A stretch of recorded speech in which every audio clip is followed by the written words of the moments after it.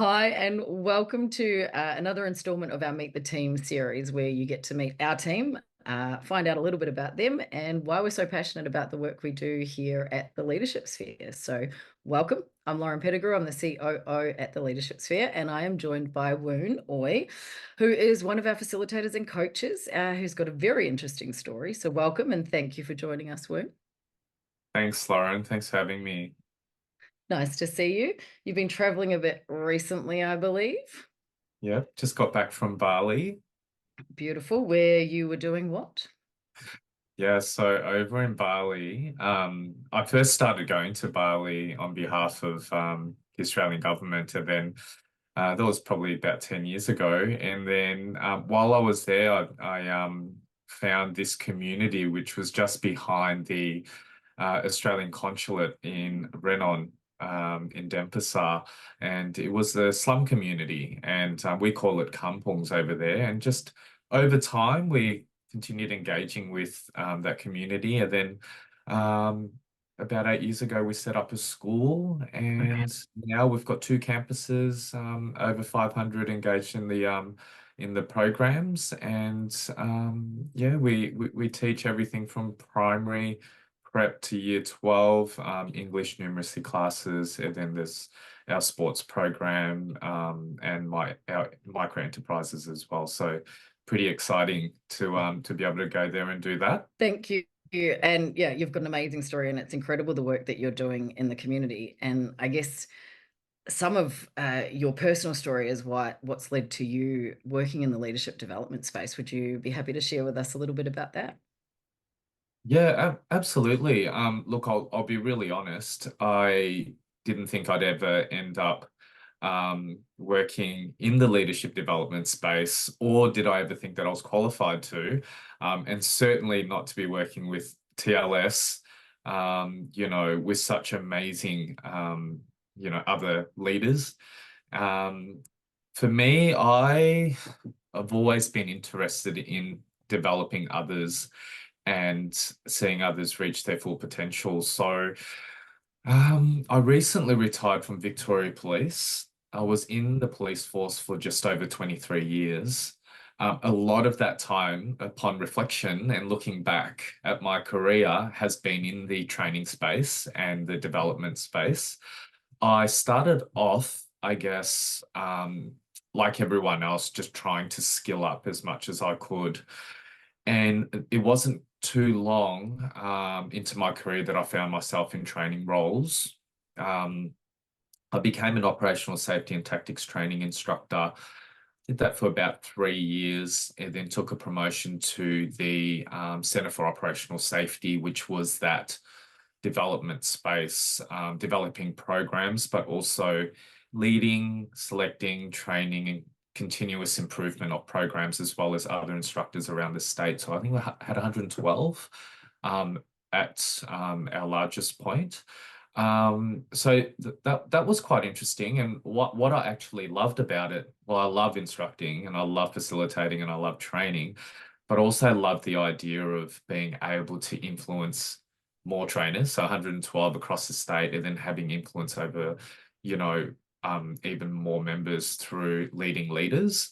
So that was, I guess, my introduction to leadership.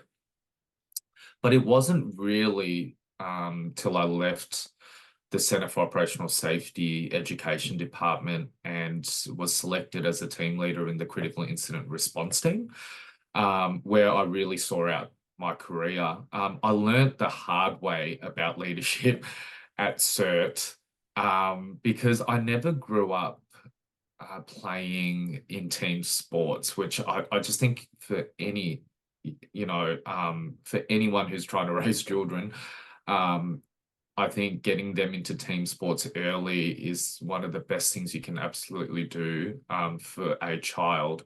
And I didn't have that growing up. So I was quite typical Asian, upbringing where it was about music, extra languages, advancing yourself intellectually, and individual pursuits, like tennis and things like that, which is nothing wrong with tennis, by the way. But it wasn't until I got into the CERT that I actually saw what made people successful or who were the most successful operators within my unit. And they were the ones that, played football or netball or basketball, the ones where they really needed to depend on other people and also where they put team success above their own. So, yeah, it was a really steep learning curve for me, Lauren. I can imagine, and yes, there are a couple of attributes of good leaders in there, right? It's not about you, it's about your team, and yeah, the link to sports and success in there is really interesting as well. Now, you're one of the calmest people I know under pressure, and I would say that comes from a little bit of the negotiating background. I personally, if something's happening or facilitation or things are getting there, I can feel it, I sense it, and I think you've been in some situations which are a little more stressful than that, so it keeps you cool and calm under pressure in front of a room. I think exposure definitely helps. I also think sometimes it's a little bit of personality. And Lauren, you more than anyone else, with your experience in HBDI, you know about under pressure scores. I've got a very low deviance in my under pressure score. So I might not look like I'm under pressure or exhibiting stress externally, but oh my goodness, it's definitely there. It might, it just I just become a little bit more systematic when I'm under pressure, moving into the green a little bit. But you're right. I think if you do want to calm your amygdala, and your limbic system, nothing is better to do that than experience and exposure over time. You can't, there's no, replacement for that really. And, we averaged just over 1,600 call outs per year in Victoria. So a call out is anything that's beyond the capabilities of general duties, policing, or detectives out in the field. So they'd call us that. So it's a really broad criteria. We specialised in siege hostage negotiations, but thankfully in Victoria there aren't that many incidents of hostages, which is a good thing. So we would use and be called out to use our expertise to speak to people in crisis. So we found ourselves in those situations a lot. And look, it's easy to stay calm when you know you've got a fleet of very capable people behind you, right? And that's in any context.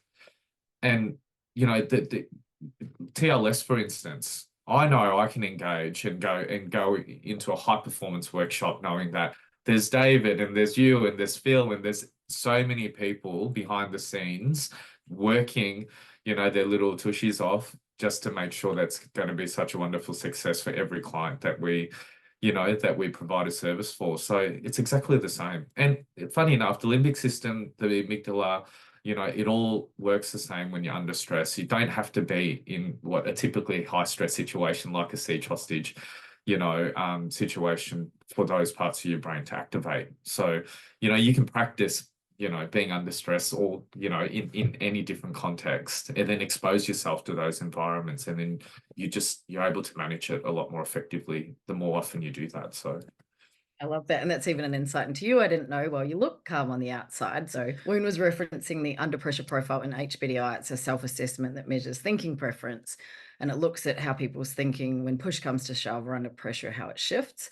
Some people shift a lot and it's visible to others, and some people's doesn't move at all. And Woon's doesn't shift a lot. So while he looks calm, things are happening and feeling different as well. So, and look, Woon, you just touched on it as well. What's one of the elements of a successful, high performing team? It's trust. If you trust your team, you trust each other, the innovations works more fun, it's safer, all of those things that create the high performance. So, and that leads me to, I guess, any other insights on what it's like working at TLS? Well, working at TLS has been like so fulfilling. Like I said, I'd never expected such an opportunity like this, and I'm growing all the time. I'm being pushed all the time, but I'm being supported at the same time. Working with yourself in particular, and also with Phil, I'm being stretched. but I feel like I'm being supported in the process. So and I'm loving it. I'm growing so much. I reckon I've grown in the last 12 months at TLS more than I've ever grown in any, chunk of time in my career in Victoria Police. And that's not putting down Victoria Police. It's just, I've just found myself in this space, and I love the saying, growing people grow people. So as we're trying to give our best to every single one of our clients and our teams, we need to learn more. And I find myself in that space of continually learning so that I can give my best to our clients. So it's, oh man, like it's hard to explain, but it's such a fun space to play in. Yeah, it is. And yeah, a couple of my goals are working with great people and doing good work. So, and I think we tick that here. And I guess another attribute of leadership is authenticity. And um, how would you define authentic leadership? And why do you think it's essential for leaders today?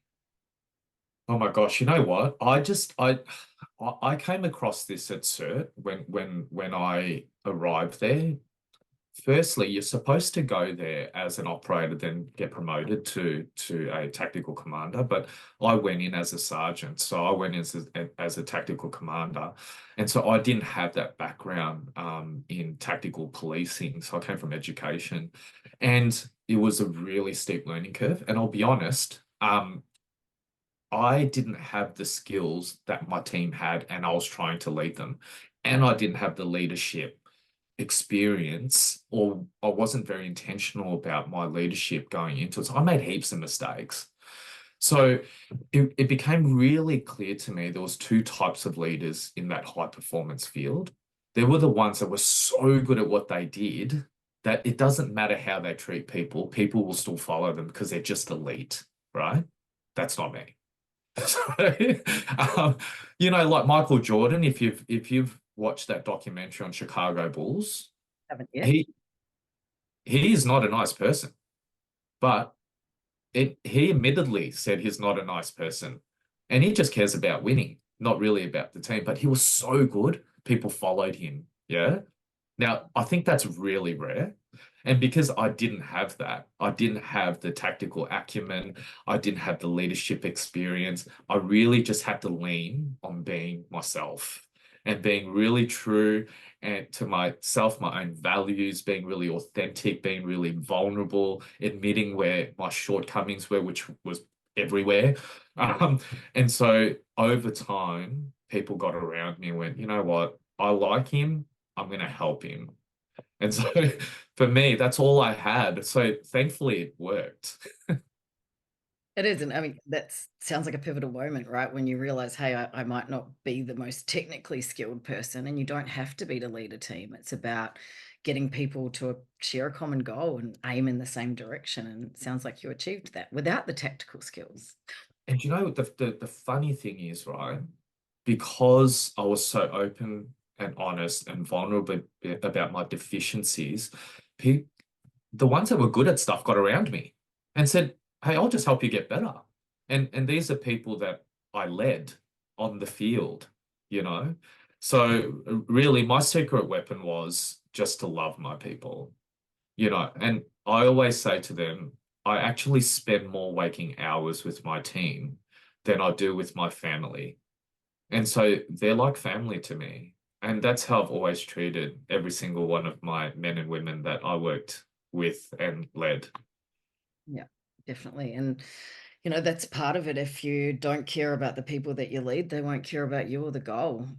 Sometimes they will. People will show up for a paycheck occasionally, but, there's a different way to create that within teams.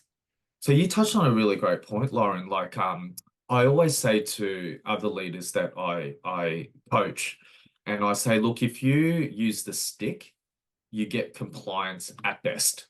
Yeah. Yep. Love your people, and you'll get brilliance. And I love the old saying by Sun Tzu in Art of War. And it's a bit outdated because he says men and not people, but he says, love your men like your beloved sons, and they will follow you into the deepest valley. Like, I love that. So all I did was love my people. Just and they will go where I go and they'll go where I ask them to go because they know that I will go with them. Yeah, it And is. that's all I had. Yeah. Hey, come on. You had a few more things in that. But yes, absolutely. I think people can tell when you genuinely give a crap. Yeah. Um, and it makes a difference. It's that discretionary effort that people choose to give or not. If you look after them, help them grow, it's amazing what will come out as a group and as individuals that you work with. Uh, I guess how do you think authenticity can influence team dynamics and organizational cultures? Do you know when I first started there, so we're basically 2 or 3 steps behind the SAS, the Commandos, and the SOG, right? When I first started there, it was the old SAS style. So just really militant, highly disciplined, highly motivated, and less about people and more about the project or the mission. Really mission focused. Um, and we used to have debriefs and no one would say anything, right? And then something shifted. And it took a few of us to really demonstrate this. And in debriefs, what we would do is actually put our hands up when things went wrong and take full ownership of it and go, you know what? It didn't go right. And we're not going to brush it under the carpet. And I'm to blame. And so over time, and I can't think of a defining moment, but it took years and years and years because I was there for over a decade. The culture started shifting so far the other way that we were jumping into debriefs and people were just jumping and going, I did this and I did that. And I'm really sorry for this. And I'm really sorry. And these are tactical operators, right? And we had to say, whoa, whoa, whoa, stop. If this is, we didn't even know that happened. Okay. And we don't want these sessions to turn into, confessional sessions like you're going to church and confessing to the priest. Um, but what it did instill in the team is this culture of actually, if somebody does something wrong, we know they're going to admit it and they're going to do something, and more importantly, going to do something about it to fix it. So we got high trust. So we didn't need to talk about it anymore. We just know that if something happened or somebody's responsible or there was a reason why something went wrong, they'll bring it up, they'll have a solution, they'll fix it, they'll let the team know we won't do it again. So we swung from one way too far the other way, and we found a really beautiful balance towards the end of my career there. And I still catch up with the team, and nothing's changed. They're on the right track. And as a result, the rest of the country now are looking at forming tier 2 tactical units like CERT because we started that in Australia. So the rest of the country now are looking at um, developing the same model as we have here, which is a huge pat on the back for the team. That's massive. And I'm hearing that you're, I guess, attributing that to authenticity. You're talking to safety as well, right? So we work with a lot of organizations that have yes, we've got psychological safety and psychosocial safety and all of those elements, but the actual physical safety elements of, we work in construction and there's mine sites, there's all sorts of farming. There's physical safety elements to it, and we had some experiences where people had almost like perfect safety records, but it was because people weren't reporting it. And Yeah. so then there'd be a fatality or something Yes. along the lines. So by creating a culture where you can speak up and people can report that, it's actually higher on the safety piece. And that's through trust and authenticity. And yeah, it can go, I love that, those extremes, it can go both ways. Oh, we've got a beautiful safety record, but it's not safe. People just aren't reporting. So to be authentic, brave as a leader, to go, hey, I messed up. Hey, I contributed to this, but how do we fix it? How do we Yeah. move forward? Yeah. Yeah, versus telling us everything you did wrong today. We don't need all of that. Yeah. Yeah. Exactly right. And I love the saying, leaders go first, eat last. Yep. So, you really got to set the example. You got to go first. You got to be vulnerable first. You got to be authentic first. You got to be genuine first. Yeah. You got to put your hand up first. Yeah. Yeah. Yeah. There's a book on that, isn't there? Leaders eat last, I think. Is it a military book? I don't know. I just came across it one day, and I put up on my wall when I was at work all my little sayings, so that the team will come in and have a read every time they come into my office. I love it. That is what I'm all about. I've got a pile of about 10 books at the moment. We won't talk about that. And I'd I love guess, to see them. yeah, I'll send some. I guess we've covered sort of what authenticity does within there and what it looks like within teams. You've worked across charities, not for profit, and finance, healthcare, many, many different divisions or industries. Yeah. Is there anything else you want to add, I guess, regarding authentic leadership, how it impacts team dynamics, what you've seen play out or how it's impacted you? I think I think the only thing that I guess I want to add is at the end of the day, you got to live with you. Like I the hardest leadership challenge for me, and most people would think, is making those crucial decisions where life hangs in your hands, um, as a tactical commander out in the field. The hardest leadership challenge for me was during the COVID-19 pandemic, right? Funny enough, I was an acting senior sergeant, one of six senior tactical commanders in Victoria Police. And I was in charge of the COVID-19 compliance portfolio for the Security Services Division, right? CERT bomb response. The reason why it was the toughest for me is because I had to make a decision. I had to make decisions that were in contravention um, to my own personal values, right? Mm, yeah. So I I had to make decisions in the end that I had to live with for the rest of my life, and that I'd have to be able to sleep well at night knowing that I made the right decisions. And the decisions I made, I stayed true to my values, and it did impact on my ability to be promoted. But I knew in my heart of hearts then that I had to be true to myself and my own values. And what were they? I valued the individual, their choices, and I valued freedom. And I swore an oath to protect the people of Victoria and their freedoms, which is freedom of choice, freedom of thought, freedom of conscience as well. And so I went out of my way because there were people on either side, right? Um, but I didn't choose a side. I just chose to value the individual's freedom of choice. And so, yeah, that impacted on my ability for promotion, but I know I did the right thing now. And it was hard at the time.